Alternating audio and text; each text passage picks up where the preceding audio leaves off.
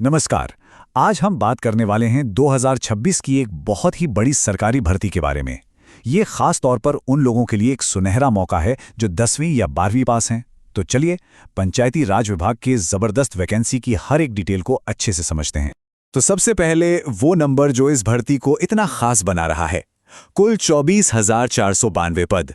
जी हां, आपने बिल्कुल सही सुना, 24,000 से भी ज्यादा नौकरियां। ये इसे हाल के समय की सबसे बड़ी भर्तियों में से एक बनाता है।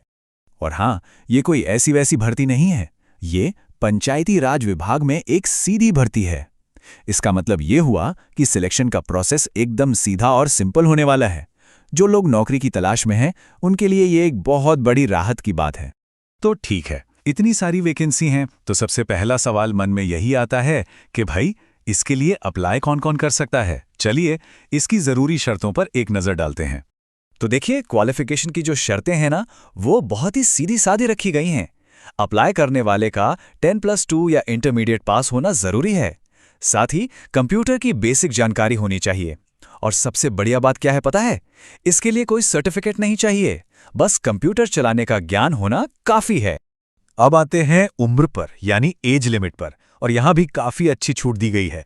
अप्लाई करने के लिए कम से कम उम्र 18 साल होनी चाहिए और सारी छूटों को मिलाकर ज्यादा से ज्यादा 45 साल तक हो सकती है। मतलब एक बहुत बड़ा एज ग्रुप है जो इसके लिए अप्लाई कर सकता है। तो चलिए अब ये देखते हैं कि ये जो इतनी सारी वैकेंसी हैं वो आखिर किन किन पोस्ट्स के लिए हैं। इसमें मुख्य रूप से दो तरह के रोल हैं।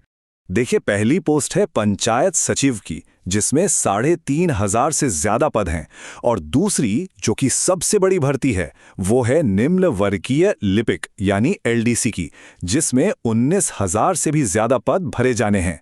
ठीक है, पोस्ट पता चल गई, एलिजिबिलिटी पता चल गई। अब समझते हैं कि सिलेक्शन होगा कैसे। मतलब इस जॉब को पाने का रास्ता क्या है।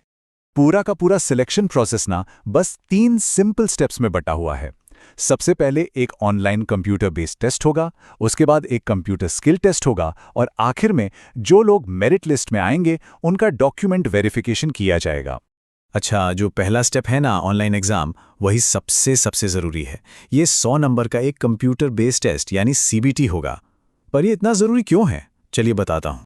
वो इसलिए क्योंकि जो फाइनल मेरिट लिस्ट बनेगी ना, वो सिर्फ और सिर्फ इसी ऑनलाइन एग्जाम के नंबरों पर बनेगी। मतलब कोई इंटरव्यू है ही नहीं, सारा खेल इसी एक एग्जाम का है।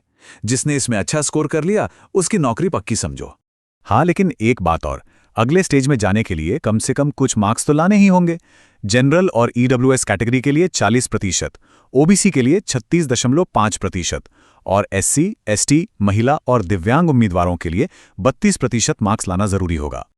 चलिए अब सबसे काम की बात पर आते हैं कि अप्लाई कैसे करना है।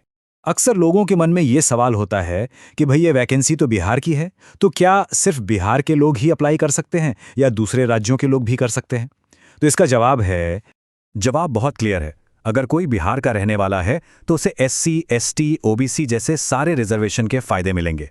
लेकिन अगर कोई दूसरे राज्य से है तो वो भी अप्लाई कर सकता है, बस उन्हें जनरल यानी अनरिजर्व्ड कैटेगरी में ही गिना जाएगा। और एप्लीकेशन फीस की तो ज्यादा चिंता ही नहीं करनी।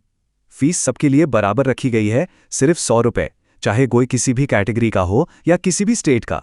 फीस बस 100 रुपए ही है। और आखिर में वो एक तारीख जो दिमाग में बिठा लेनी है। अप्लाई करने की लास्ट डेट है 15 जनवरी 2026। मेरी सलाह तो यही है कि आखिरी दिन का इंतजार बिल्कुल मत करना, क्योंकि अक्सर आखिर में सर्वर पर बहुत लोड होता है। तो सोचिए, 24,000 से ज्यादा पद, सीधी भर्ती और कोई इंटरव्यू भी नहीं। ये सच में एक बहुत बड़ा मौका है। तो सवाल बस यही है कि क्या ये अवसर किसी के करियर के लिए एक नई और शानदार शुरुआत हो सकता है? ऐसा कंटेंट रोज चाहिए तो लाइक करो, सब्सक्राइब का बटन दबाओ और शेयर करना मत भूलना।